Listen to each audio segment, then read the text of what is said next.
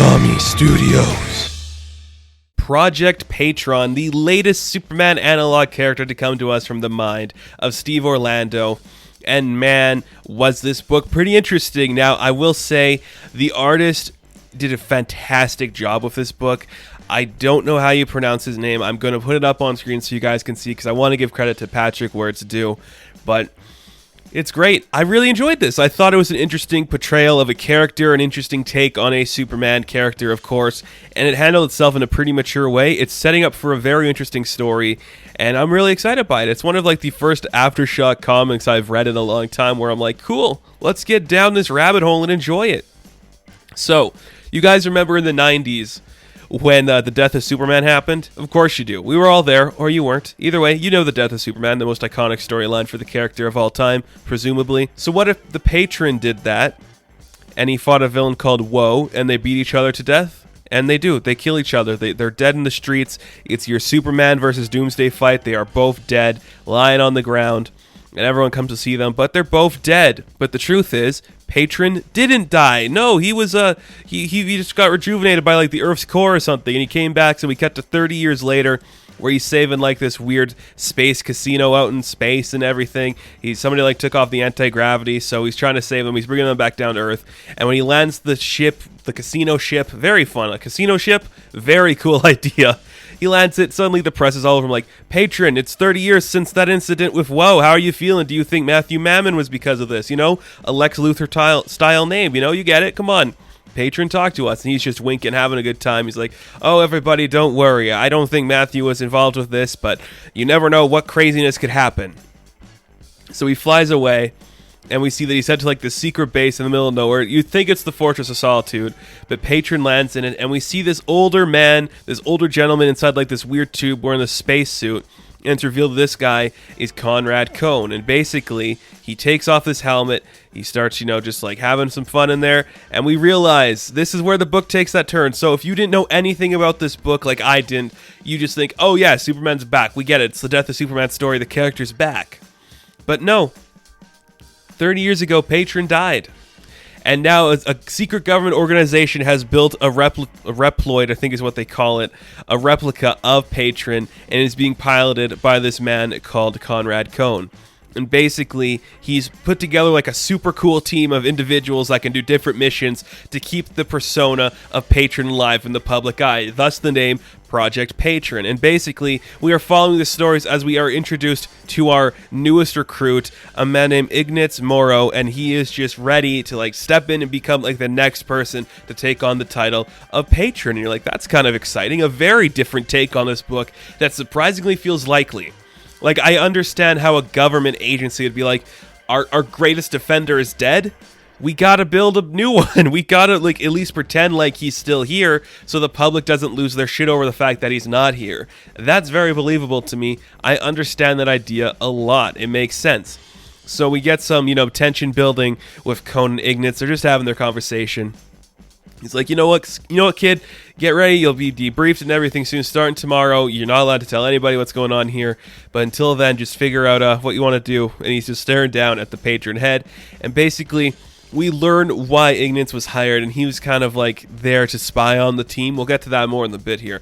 But before we get to that, we do see who everyone else is on our team. And we see that there is this young woman working on the team. And she is kind of responsible for like the piloting side of things. She's really good, like the pilot stuff. I think her name, they said, is Nadia. So Nadia is just like, okay, somebody turned off the anti-gravity on that ship. So it's not like, like a malfunction. It was like an intentional thing that happened. So her and Cone are talking to each other. And they're kind of setting up that Cone's like the spearhead of everything. He's the one that gets the project going and gets everything working well. So when we need a piloter, we got Nadia. When we need the big brawn guy, we got this guy called Davin, and he's just like, breaking tires, hitting things with hammers, just a super strong dude. Just like, look there, look, Cone, I get it. When you got like a weird mission going on, that's great. But I'm just there and you need somebody to punch the big thing. That's what I'll do. And it's kind of fun. It's got like a really big military vibe. Like they're even doing like the classic Arnold and Carl Weathers, like Dylan, you son of a bitch from Predator. When they're showering together, just, like military boys hanging out, having fun. And of course we have Lena Yvonne. And Lena, we don't really say anything, but it looks like she has some personal connection to Patron. We don't really know. Like we see like a scene of her like kissing Patron, whether that's, you know, Cone in the suit or it's like Patron from years back. We don't know, but hey, very fun stuff. I'm liking to see that character. I like what that's going on there. She kind of like reassembles the Patron body, puts it back together, and that's our team. And Ingots is like, and then I'm here too. I'm part of this, man. We're having fun. They're going to let me start piloting soon, but they don't know I was brought on board to spy on them to make sure things are running accordingly, basically to see if 30 years after the events that killed Patron, like humanity could handle being a superhuman. And it looks like the person that is keeping everyone from doing what they truly could do or are capable of doing is Commander Cone. So he's kind of like the heir or the de facto one who's keeping things from reaching its truest potential and seeing if we could shut this down or if something bad could come of it. So Ingots is kind of like the bad guy, okay, or is he the good guy? We don't really know at this point.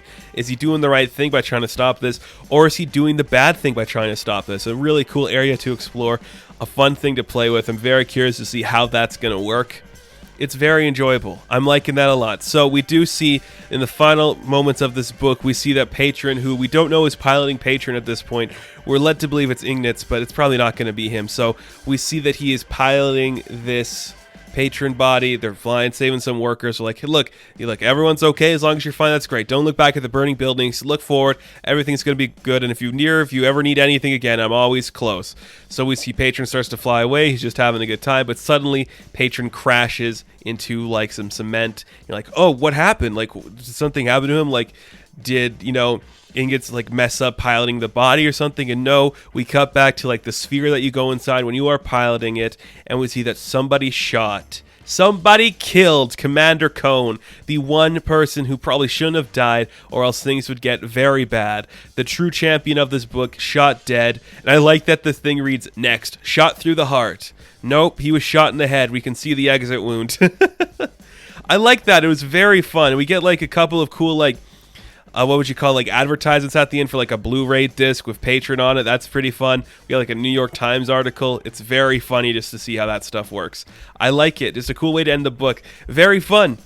Very fun idea. It's a cool concept. I'm very curious to see how it's going to go forward. A fun take on the superhero mythos. A fun take on, is like humanity the thing that will eventually destroy the superhuman idea, or what's really going to come about from that. It's very fun, very engaging. The artwork looks fantastic. I really like the way the artwork looks. And it's just cool.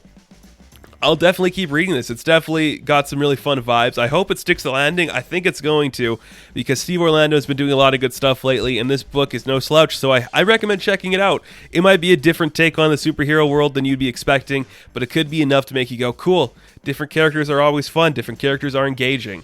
So, Project Patron, I am going to give a 9 out of 10.